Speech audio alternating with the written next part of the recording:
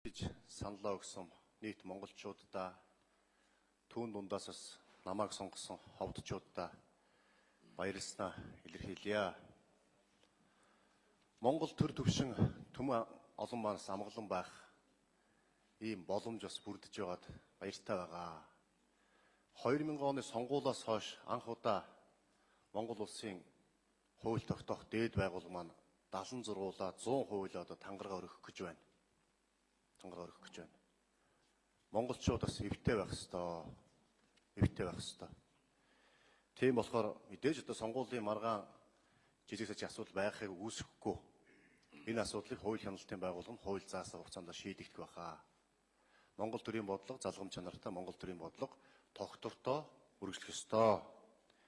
За өнгөрсөн 4 жил бас тийм амар 4 жил байгаагүй. Монголын ард түмний хувьд ч тэр ирэх барьж байгаа олонх байсан нөхдийн маань хувьч тэр ялангуяа улсыг цөөнх болсон 26 гишүүнтэй Монгол ард намын бүлгийн хувьд бас тийм амар 4 жил байгаагүй. Бүлгийнхаа 26 гишүүн за 30 гишүүндээ бас баярлсан талархснаа бас илэрхийлэх ёстой байхаа гэж бодож байгаа.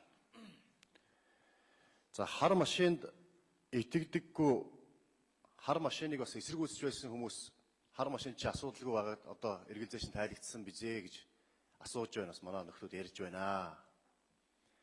Хар машинд Монгол ардын намын одоо гишүүд биш Монголын ард түмэн итгэдэггүй байсан. Монголын ард түмний эргэлзээг бид нэр тайллаа. Энүүгээр бас энэ сонгуул ач холбогдолтой боллоо гэж үзэж байгаа.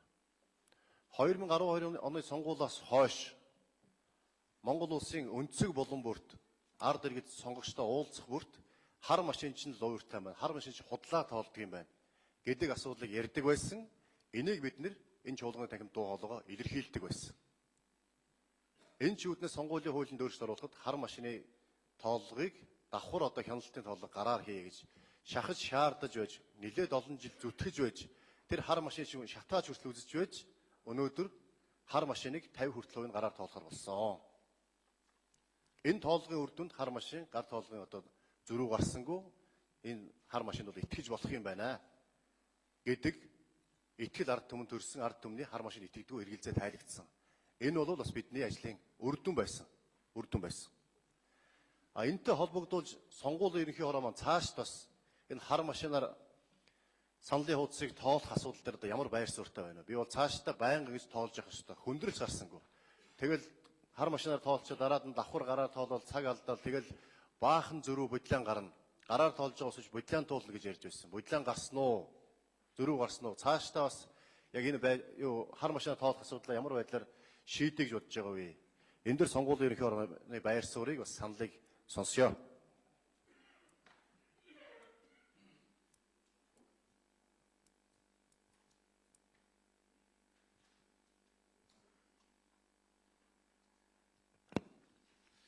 За Бямцог гишүүний асуултанд хариулъя. Би дөрөв хэлсэн. За энэ сонгуулийн автоматжуулсан систем дээр бол сонгуулийн ерөнхий хороо бол улсын их хурлаас баталсан хууль тогтоолыг л хэрэгжүүлж байгаа. Түүнээс бол бид бол энэ дээр бас энэ улсын их хурлаас нэгэнт батлагдсан сонгуулийн автоматжуулсан системийн тухай хууль түүнийг хэрэгжүүлэх улсын их хурлын тогтоолыг бол бид нар бас яаж хэлэх боломжгүй л дүгнэж. Ер нь бол энэ автоматжуулсан систем рүү бол хөгжингүй орнууд явж байна. Тэгэхээр бид нар бол бас хоцорч болохгүй л дээ.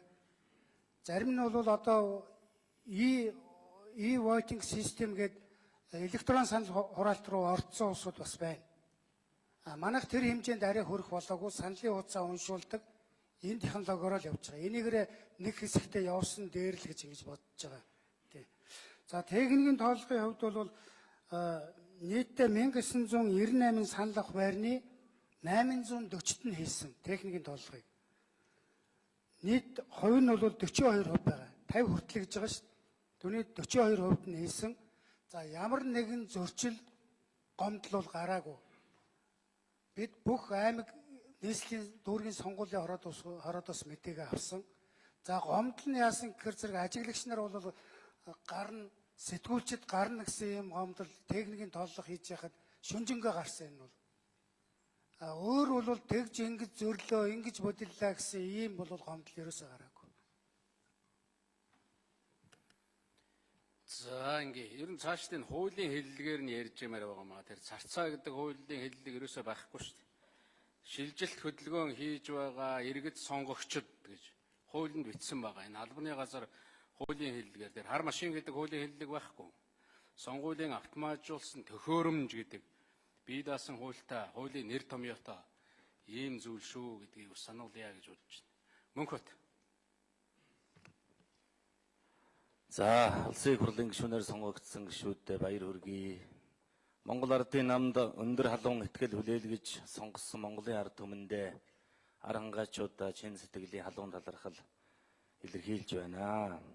За, сонгуулийг амжилттай болохоо бодлоонгүй шударга сайхан зохион байгуулсан сонгуулийн ерөнхий хороонд бас баяр хүргье гэж ингэж бодож байна. Анх удаага сүүлийн хэдэн жилийн хугацаанд 70 сургуулаа суучгаад тангараа өргөж байна. За, тэр хар машины тухай нэлээд хэд ярьлаа. Тэр хар машиныг шүдэн зурж шатаасан хүн бий байгаамаа.